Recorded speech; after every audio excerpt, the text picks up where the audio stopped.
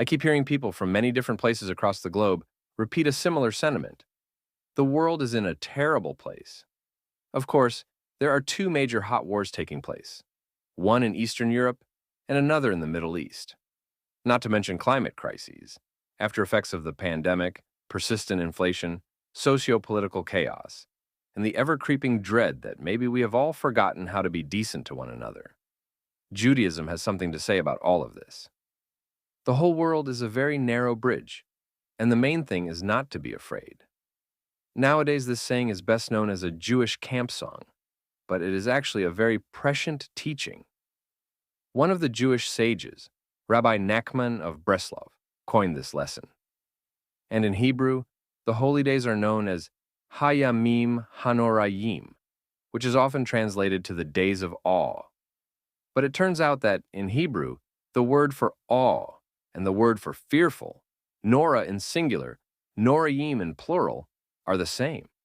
Traditionally, the holy days were in fact a fearful time for our ancestors.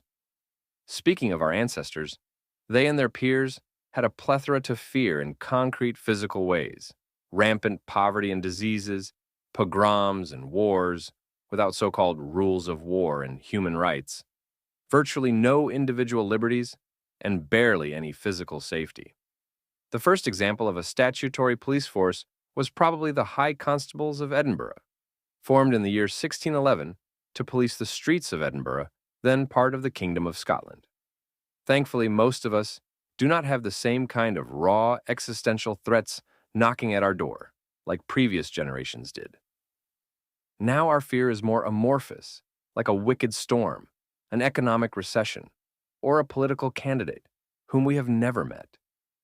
Even in Israel, with genocidal enemies fighting us on 6 different fronts, most Israelis are unafraid.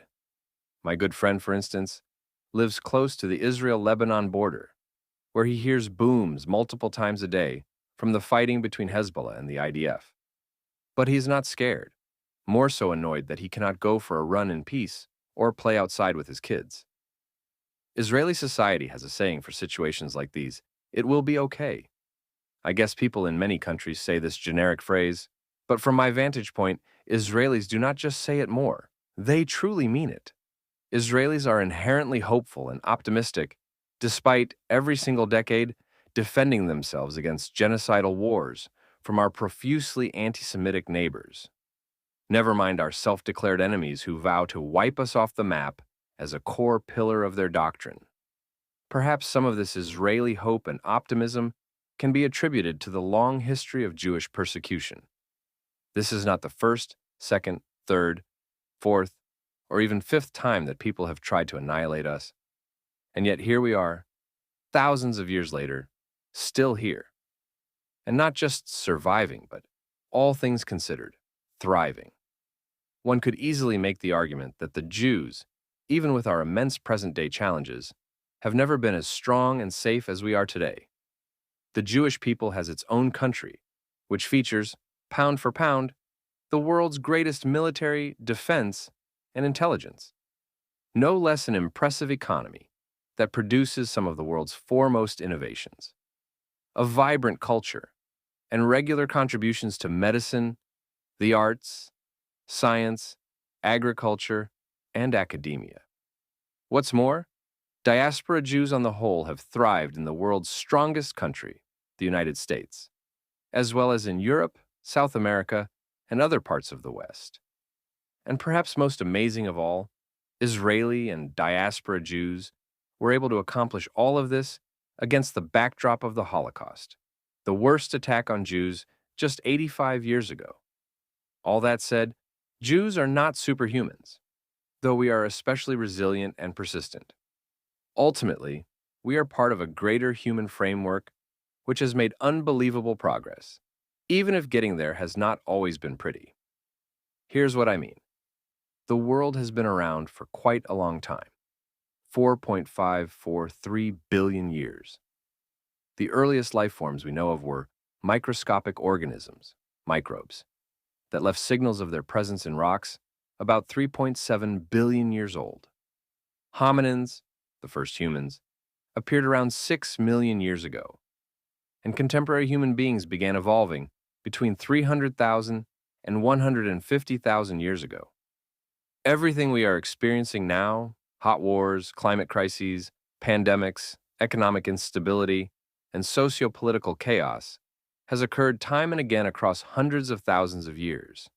And yet, here we are, still here, still doing a pretty darn good job of keeping our planet spinning. I have noticed that people in general have a habit of paying attention to the minority of what is wrong while ignoring the majority of what is right. We do not fully comprehend how much goes right every day, even when much could easily go wrong. Think about the basic things, like when you turn on the faucet, water always comes through. When you go to the market, there is always food available to buy. When you get back from work, your home is not destroyed or conquered by some foreign agent. When there is a fire, firefighters arrive to the scene pretty quickly. When you check your bank account, your money is still there.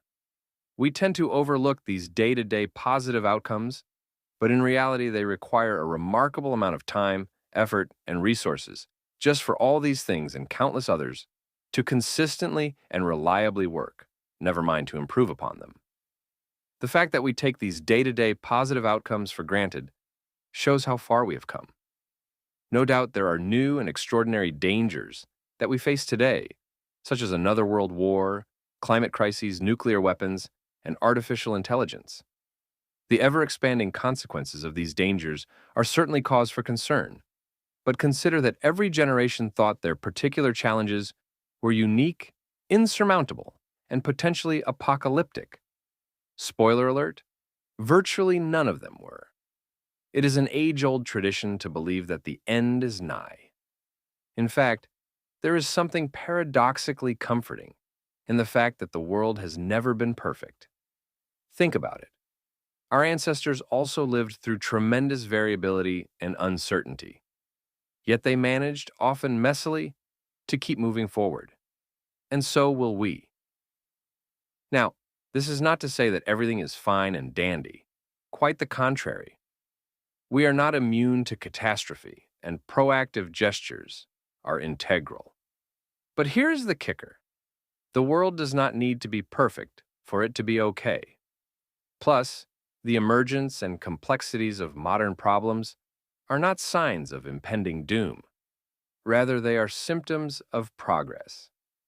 We are living through the most globally connected and technologically advanced period in history, and with that comes growing pains.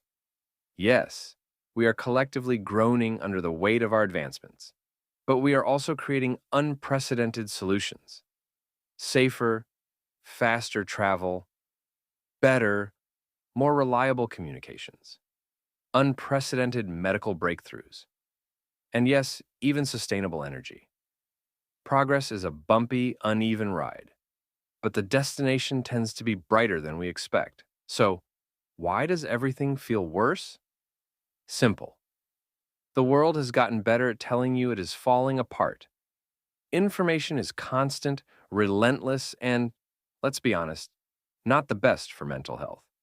But just because we hear more bad news does not mean that there is more bad news. It is like looking at a carnival funhouse mirror. It distorts reality, but the distortion is not the truth. For those of us into psychology, there is a term for cognitive distortion that involves imagining the worst possible outcome of an action or event. It is called catastrophizing, which can be characterized by 3 dimensions. 1.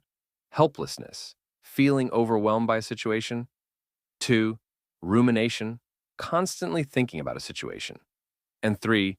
Magnification, worrying that something serious will happen. I used to be a heavy catastrophizer until realizing that essentially everything I thought would lead to a catastrophe never did. That is when I developed a trick. When catastrophizing, I extrapolate the worst possible outcome. For example, let's say Israel loses this existential war. How might this play out? Well, this would not be the first time a country lost a war. There is plenty of precedent for countries losing wars and rebounding from them. On a personal level, I am a dual American-Israeli citizen. I can always move back to the United States. At the same time, if Israel loses this war, it could launch another one in the foreseeable future to re-establish its sovereignty and rebuild its deterrence. Or, let's say I live in the US, as one of the 6 or 7 million Jews there, and I believe the Jewish future in America is dismal because anti-Semitism increasingly continues to plague all sides of the socio-political spectrum. How might this play out? Well, this would not be the first time that Jews were unwelcome in a country. Again, there is plenty of precedence.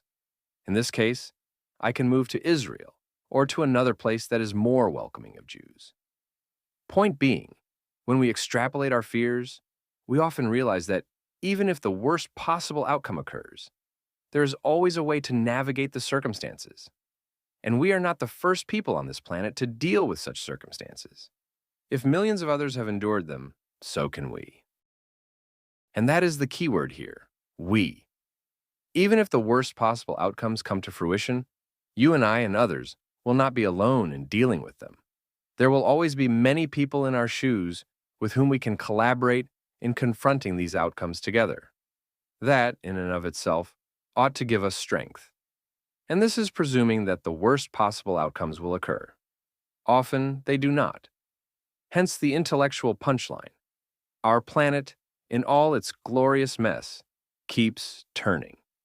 Humans, whether driven by selfish interests or a genuine desire for collective good, find ways to solve problems. We stumble, we fall, we curse our way through it, but ultimately, we continue to adapt. And adaptation is key. We have done it before, we will do it again.